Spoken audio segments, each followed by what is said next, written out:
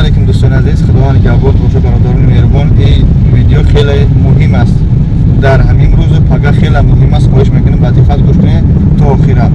همین دو داره که ما امین جان روز یک شنبه برآمدگی بی‌درک شدگی دوستان مهربان ایکو خواهش میکنم از هر یک کدوم شما در تریتوری مسکو اگر که این دوباره دیدید و در اون سیزو دیدید بچه‌های تماشا می‌کنید در سیزو گوگل بعضی تلفن داره التماس همه رقم‌های اکاونت اهل بیت چنان و همین زنگ بزنید دوستان. این یکم خبر من یک دو خبر دارم یا تاگهش خبر است من بعدتر مدرس ویدیو شروع کنم ان شاء الله میمونم بعد ویدیو. بعد این دوستان مهربان امروز 23 است 23 می نمیدونم یک هفته میروه یک ماه میروه به حد اویدی ازبکو و تاجیکو این پرووکاسیون ویدیو نیست، همچی یک هشدار کردن است. یعنی که سنجش ها یعنی پرور که سخت میشه و التماس احتیاط باشه.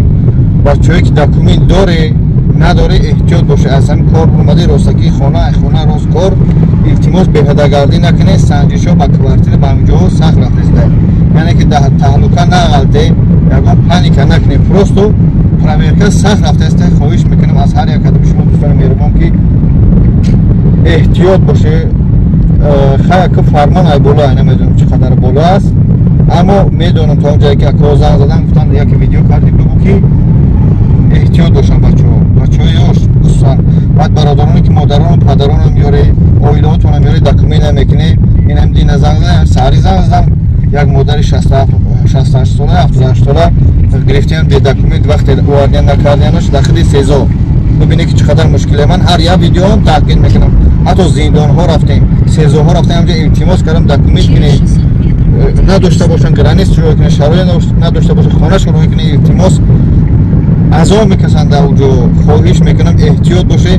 همچون یک مسلمان همچون یک برادر شما همچون یک مقصد شهروند جمهوری تاجیکستان خواهش میکنم از هر یک شما که احتیاط باشه نسبت دکومنت است که در اصل قانونی راسته. همین قانون شکنی که میکنیم با اون خاطر چیکار میکنیم این هم خیلی عذاب میکشیم. انا بفهمید که دوستان مهربان وقتی که میاییم از کار اگه خفه نشیم طرفای بلیده چمجورا پس تو نزنه برادر دستانی هم هستن الحمدلله و هستن بچه‌ای که مثلا از مسجد میبروین از یگان جا میبروین در همین میشه سیگارت کشی یا سیمیت خریده کشم خورده و پولی ها هم جزیراباد کردگن اونم استادیون رو هم جزیراباد کردگن.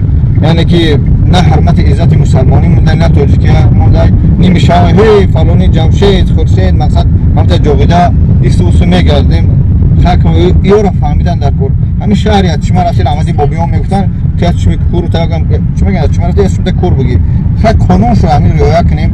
مقصد که الحمدلله بعضی اون زندگیمون تنجه اما بعضی برادران اومدن یک کوارتر 5 6 10 کس خوان در بازارا درستی کار میکنن در اونجا عربا میکشن. مقصد که از روی مقصد میبخشه خفه نشیم. همون الحمدلله بچه‌های خوبه ما یک چی تری میفتن پیشگوی جزیره همه پدر جزیره میکنه ایریاده برادری که قانون رو رعایت نمیکنن بعد دیگه برادرام عذاب میکشن. خداوند همه ما رو برای هدایت کنه. ویدیو دیگر یک نیازی من بعدی میمونم التماس بچه‌ها احتیاط باشه که سنجش‌ها سخته بهده‌گردی نکنه. برادرها باز میگم بهده‌گردی نکنه. این قانون برمدگی کمتر باید یک بغاوجان سر مبتیان.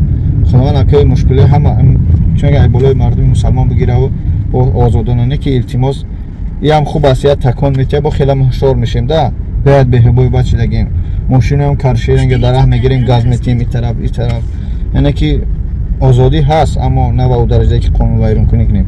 خداوند نگهدار. احتیاط باشه بچه‌های تاجیک.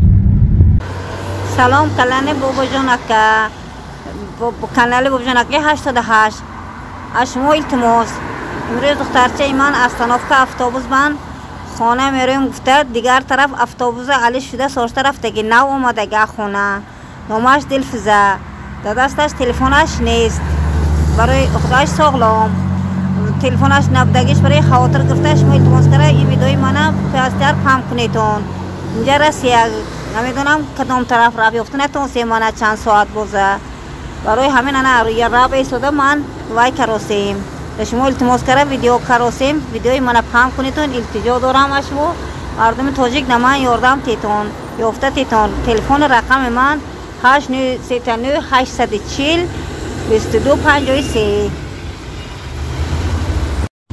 دوستان عزیز یه بارگه سلام.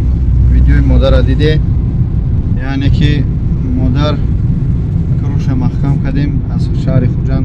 طرز گزنش هم خیلی مادر بعضی خوجندی ها خیلی مقصد کمتر بخود مونن گم زدن، بعضیش همچنین گم میزنن. خدا مشکلش آسان کنه. التماس همین خوارک صورتاش مونده سادم. امروز مادر است، مادر وقتی ایستوسه نبرمدیم همه یک گفتن میشه در اکران. التماس همین خواهر با کرکای سرخه دلفوزه دلنوزه هم تره نامش 28 ساله.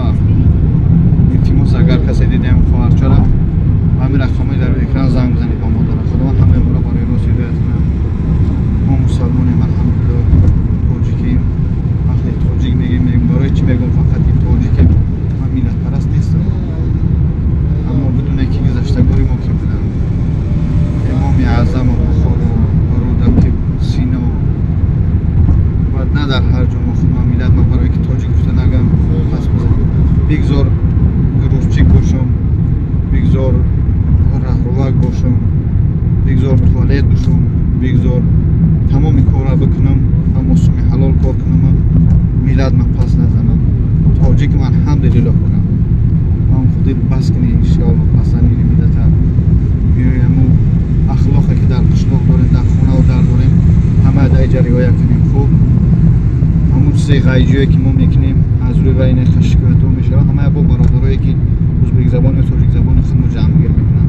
خدا همه ما رو به راست هدایت. السلام علیکم و رحمت الله. من دلتم موندم التماس ویدیو را پاک کنیم. بچه‌ای که مثلا داکومنتاسیون از همین رو سنجش‌ها سخت میشوند، التماس پرویرگاه احتیاط باشه برادر رو شوخی نکنه. خدا همه ما رو